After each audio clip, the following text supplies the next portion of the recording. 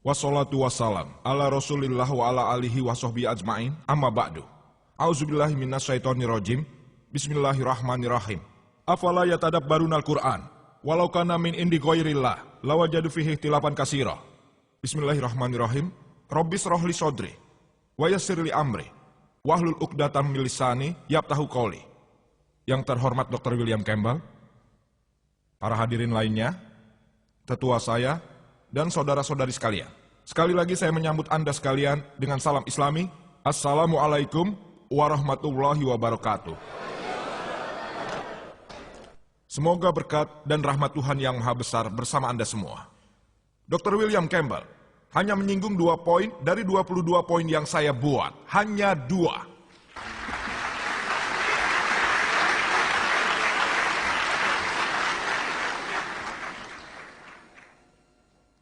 Hal pertama yang disampaikannya adalah beliau berpendapat bahwa hari-hari yang disebutkan dalam Injil, dia menanggapnya sebagai periode panjang. Saya telah katakan dalam pidato saya, yaitu bila Anda menganggap hari-hari sebagai periode-periode panjang seperti Al-Quran, Anda hanya menyelesaikan 2 permasalahan.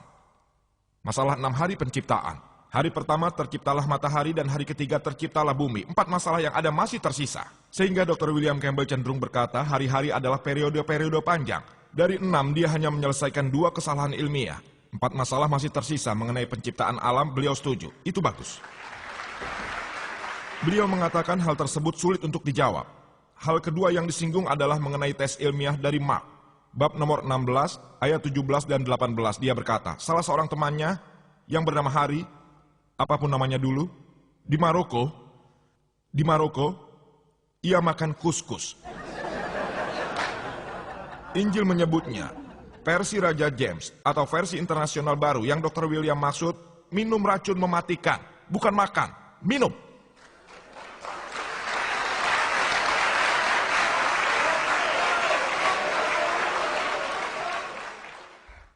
Saya tidak keberatan, bahkan bila ada seseorang makan racun mematikan juga tidak masalah. Tapi itu hanya 1 orang di Maroko. Yang saya tahu, 2 miliar orang Kristen ada di dunia. Tak seorang pun yang dapat selamat. 1 dari 2 miliar orang.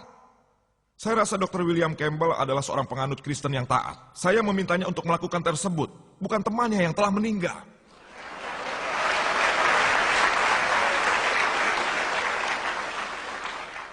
Beliau mengatakan bahwa darah keluar dari mulut. Dr. William Campbell, bahkan saya sangat tahu, sebagai seorang dokter medis yang sering menangani keracunan, dan kami menyembuhkan banyak orang keracunan. Jadi alangkah hebatnya tes itu, bahwa Anda dapat sembuh dan melakukan semua hal tersebut.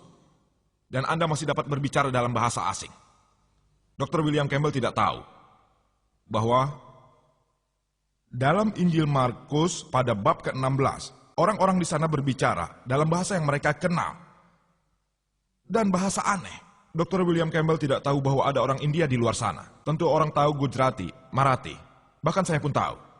Bila saya tanya Suceh, misalkan bila saya bertanya pada Anda, dengan suatu bahasa tertentu, Nirkut Tamil.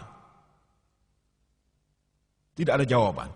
Bahasa asing Nirkut, ada orang yang tahu Tamil atau Malayalam? Ada? Ya, itu bagus. Apakah Anda seorang penganut Kristen?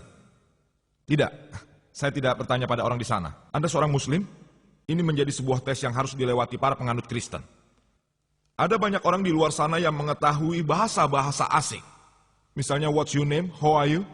Kaifa haluka dalam bahasa Arab yang Anda ketahui. Bahasa-bahasa baru yang tidak Anda ketahui. Dan Anda telah membuktikan hal yang saya kemukakan. Tapi saya belum menemukan 1 orang pun Kristen yang lolos dari tes di hadapan saya. Tak seorang pun dari ribuan. Bahkan sekarang bertambah menjadi 1001 setelah saya bertemu dengan Dr. William Campbell. Yang hanya menyinggung 2 poin. Dr. Campbell tidak menanggapi 22 poin bahasan saya. Dan beliau sudah mulai berbicara mengenai ramalan. Sebenarnya, apa hubungan ramalan dan ilmu pengetahuan dalam Injil? Bila ramalan adalah tes itu. Bila ramalan tes itu, maka buku Nostradamus seharusnya menjadi buku terbaik. Menjadi buku terbaik yang disebut firman Tuhan. Itu benar. Ia bicara teori probabilitas. Bagaimana Anda menganalisa dengan Al-Quran dengan fakta-fakta ilmiah berdasarkan pada video kaset saya. Apakah Al-Quran merupakan firman Tuhan yang tersedia di hall? Saya telah buktikan secara ilmiah bagaimana Anda dapat menggunakan teori itu. Dr. William Campbell menggunakan dengan basis ramalan. Bila saya mau, saya dapat mencoba dan membuktikan ramalan tersebut salah. Tapi saya tidak mau, saya menerima apa adanya demi argumen. Bahkan apapun ramalan-ramalan yang dikatakannya adalah benar, demi argumen. Namun bila tak satu pun ramalan menjadi kenyataan, maka seluruh Injil tidak dapat dibenarkan sebagai firman Tuhan.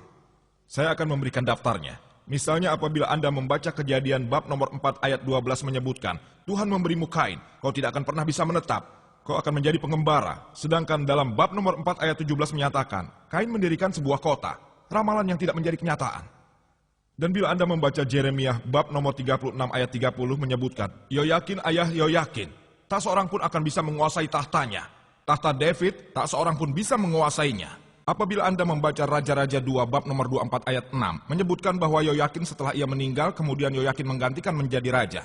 Ramalan yang tidak menjadi kenyataan, satu bukti untuk membuktikan bahwa Injil bukan firman Tuhan. Ada bukti lain. Jika Anda membaca Yehezkiel bab nomor 26 menyebutkan, Nebukadnezar akan menghancurkan Tyre. Kita kemudian tahu bahwa Alexander Agung adalah orang yang menghancurkan Tyre. Ramalan yang tidak menjadi kenyataan. Yesaya bab nomor 7 ayat 14 menyebutkan, meramalkan tentang kedatangan seseorang yang akan lahir dari seorang perawan. Namanya adalah Immanuel. Mereka menyebutnya orang Kristen mengacu pada Yesus Kristus yang lahir dari seorang perawan. Kata dalam bahasa Yunani yang ditemukan adalah amlah, yang berarti bukan seorang perawan. Seorang perempuan muda. Kata perawan dalam bahasa Yunani adalah baitullah, yang ternyata tidak ditemukan dalam Injil. Tapi bila Anda setuju, itu tidak masalah buat kami. Disebutkan pula ia dipanggil Immanuel. Tidak ada dalam Injil yang menyebut bahwa Yesus Kristus dipanggil sebagai Immanuel. Ramalan yang tidak terbukti. Saya dapat memberikan lagi banyak bukti yang tidak memberikan kenyataan. Saya telah memberikan beberapa di antara bukti-bukti tersebut berdasarkan teori Anda. Teori probabilitas atau peluang. Bahwa Injil bukan firman Tuhan.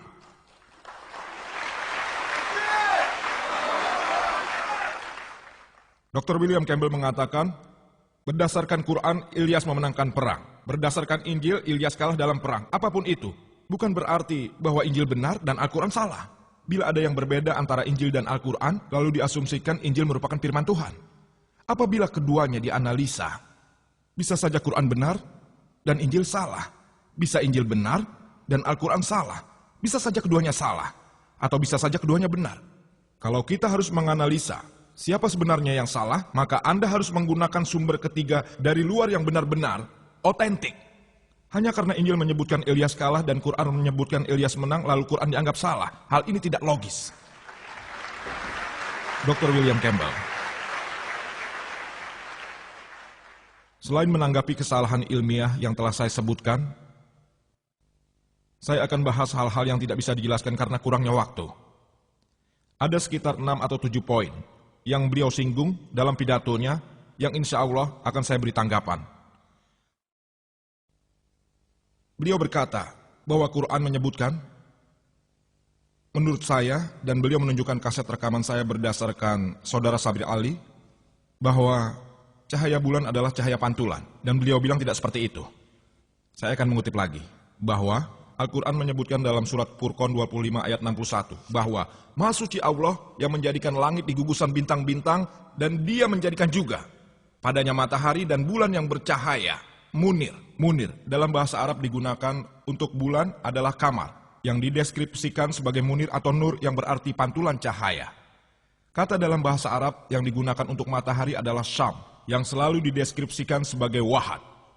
Dia, yang berarti obor yang bersinar. Sebuah cahaya kemenangan.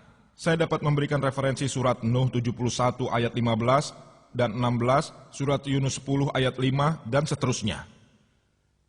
Beliau berkata bahwa bila itu berarti pantulan cahaya, dan dia mengutip Al-Quran lagi, surat An-Nur 24 ayat 35 dan 36, bahwa Allah Subhanahu wa Ta'ala adalah Nurus Samawati wal Ard, pemberi cahaya kepada langit dan bumi. Bacalah ayat tersebut secara lengkap. Analisalah apa yang disebutkannya. Allah adalah cahaya. Nur disebutkan Allah adalah pemberi cahaya kepada langit dan bumi. Ini merupakan sebuah perumpamaan. Sebuah relung yang di dalamnya terdapat sebuah lampu. Kata itu ada di sana. Jadi Allah telah memiliki cahaya sendiri dan bahkan pantulan cahaya. Seperti pada saat Anda melihat lampu halogen. Di dalam lampu seperti sebuah sirat. Tetapi reflektornya seperti rembulan yang memantulkan cahaya. Lampu tersebut tabungnya memiliki cahaya sendiri. Tetapi reflektor lampu halogen memantulkan cahaya. Sehingga kedua komponen